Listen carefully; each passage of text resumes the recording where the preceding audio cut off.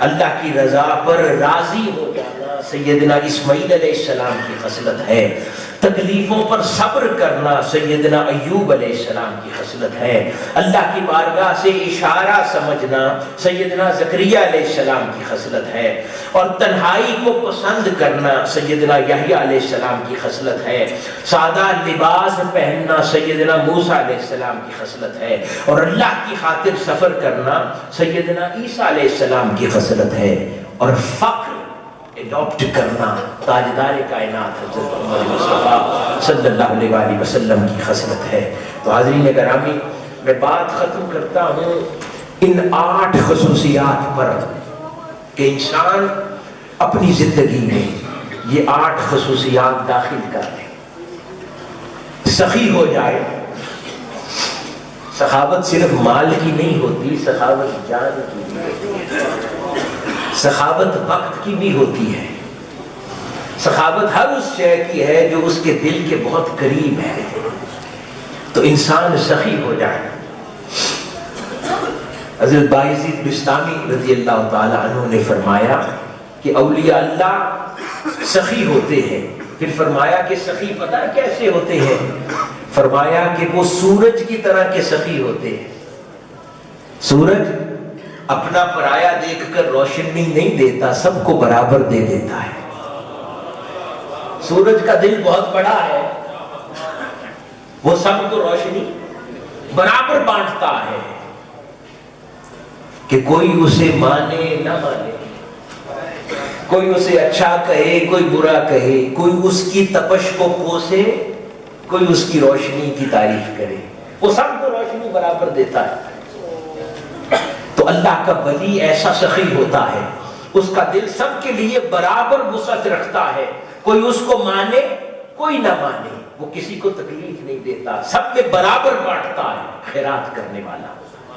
تو انسان ایسا بن جائے، یہ بغض، یہ حسد، یہ تنگ نظری، یہ طبقات کی بندش، یہ فرقہ بندی، یہ چھوٹے چھوٹے گروہوں میں تقسیم ہو جانا، ایک دوسرے کو برا جاننا، ایک دوسرے کی بد تعریفی کرنا، کسی کو گالی دینا، کوئی دوسرے طبقے کا بڑا آ جائے اس کو عزت نہ دینا، صرف اپنوں کو عزت دینا، پرایوں کو عزت نہ دینا، یہ تنگ نظری اور چھوٹے دلوں کی بات ہے۔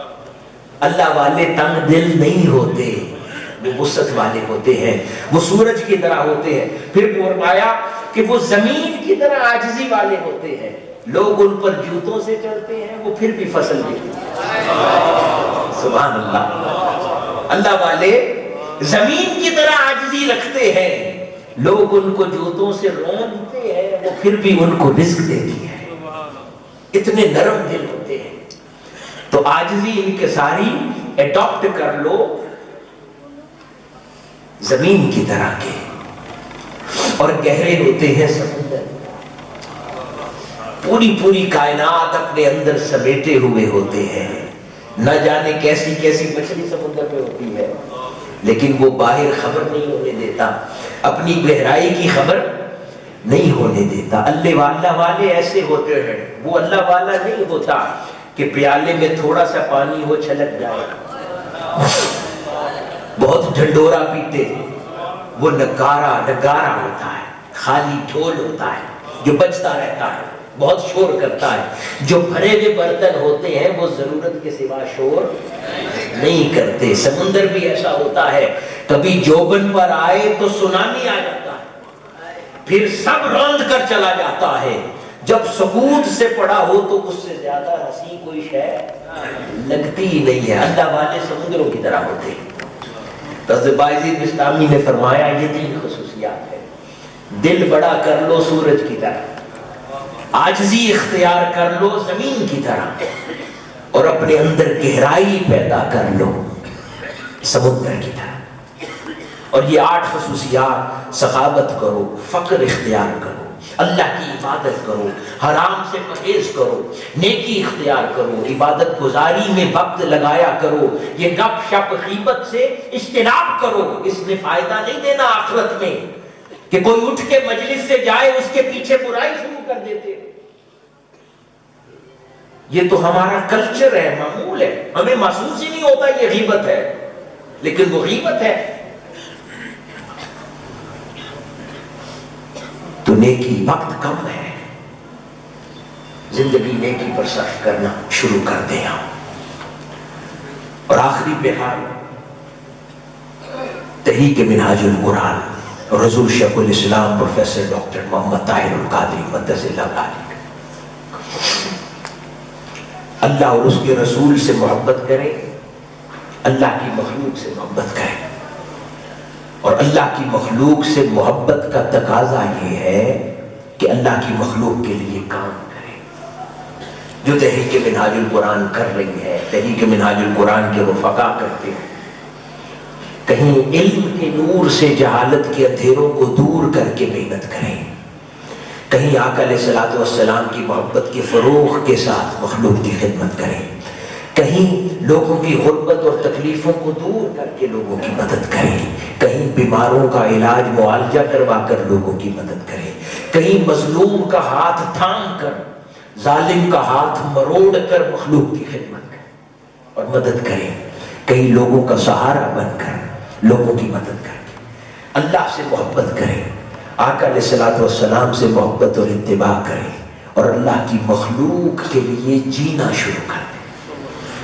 اپنے لیے تو جانور بھی جیتے ہیں، اپنے لیے تو جانور بھی جیتے ہیں، اللہ کی مخلوق کے لیے جینا انسانوں کا شیوا ہے، دوسروں کے لیے جینا انسانوں کا شیوا ہوا کرتا ہے۔ یہ تحریک منہاج القرآن اور حضور شیخ الاسلام کا پیغام ہے۔ 40 سال تحریک منہاج القرآن کے کاموں کی طرف ذرا دیکھیں۔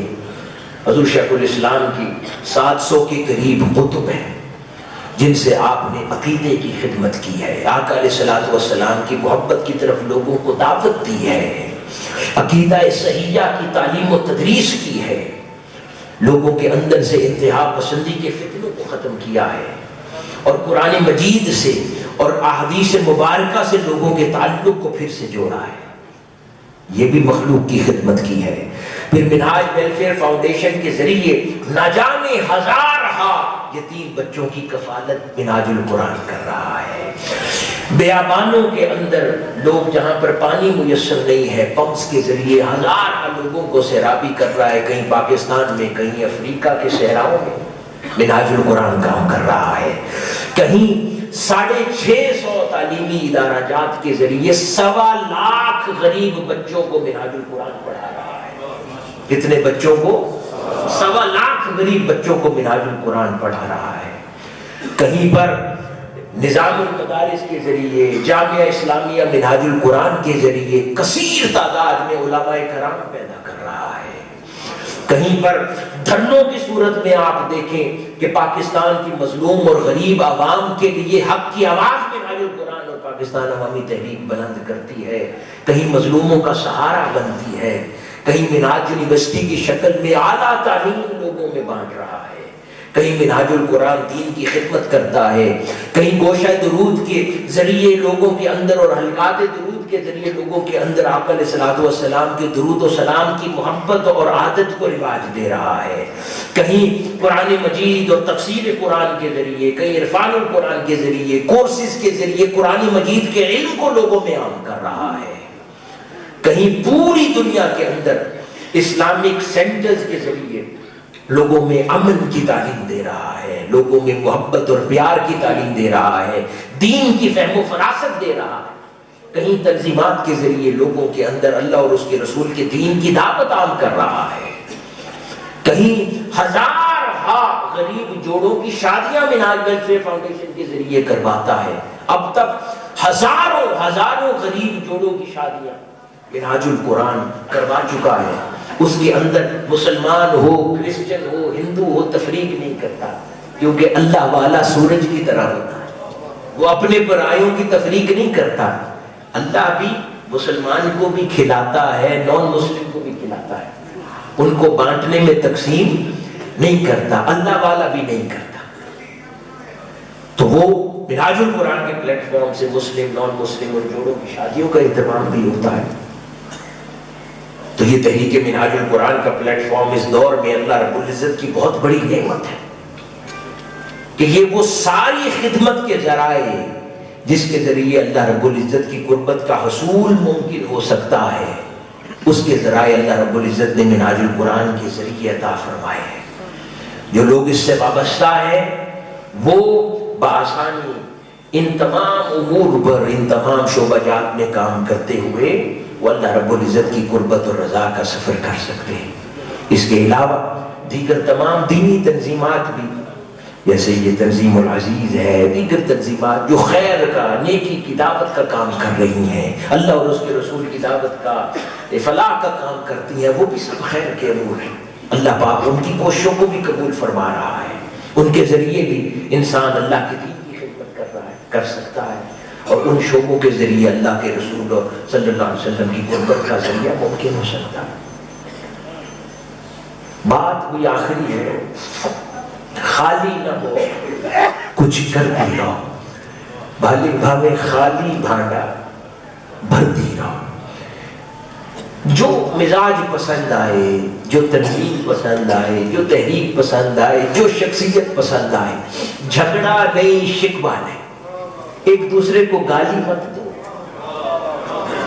جو پسند آئے بس لگ جاؤ، کچھ نہ کچھ کرتے رہو، خالی نہ بیٹھو، عمل کرتے رہو تاکہ آخرت کی کچھ تیاری ہوتی رہے۔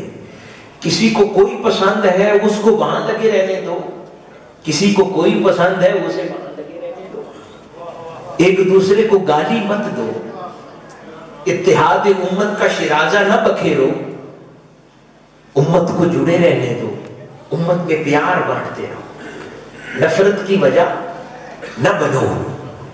بس یہ پیغام ہے منہاج القرآن کا کہ کچھ کرتے رہو، اللہ اور اس کے رسول کو راضی کرنے کی کوشش کرتے رہو۔ آخر میں ایک بار پھر میں اس خوبصورت پروگرام کے انعقاد پر تنظیم العزیز، ان کی تمام انتظامیہ کو مبارکباد پیش کرتا ہوں، اور منہاج القرآن گوجرانوالہ کے ہمارے جملہ ذمہ داران کو مبارکباد دیتا ہوں۔ آج پورے دن کی مصروفیات جو میں ان کے ساتھ رہا، مصروف ان کو آرگنائز کرنے اور ارینج کرنے کے لیے، اور افراد جو ساتھی منہاج القرآن سے وابستہ تشریف لائے پورے گوجرانوالہ سے اس پروگرام میں شریک ہوئے، آپ سب کو بھی اللہ پاک برکت دے۔ یہاں پر بیٹھے ہوئے ہر ایک شخص کو اللہ پاک سلامتی سے، برکت سے نوازے، دنیا آخرت کی خیر سے نوازے۔ اللہ پاک آخر میں محترم پیر صوفی محمد شفیع رحمۃ اللہ علیہ ان کی درجات کو بلند فرمائے، ان کی فیوزات کو عام فرمائے، ان کی برکات کو عام فرمائے۔ والسلام وما علینا الا البلاغ۔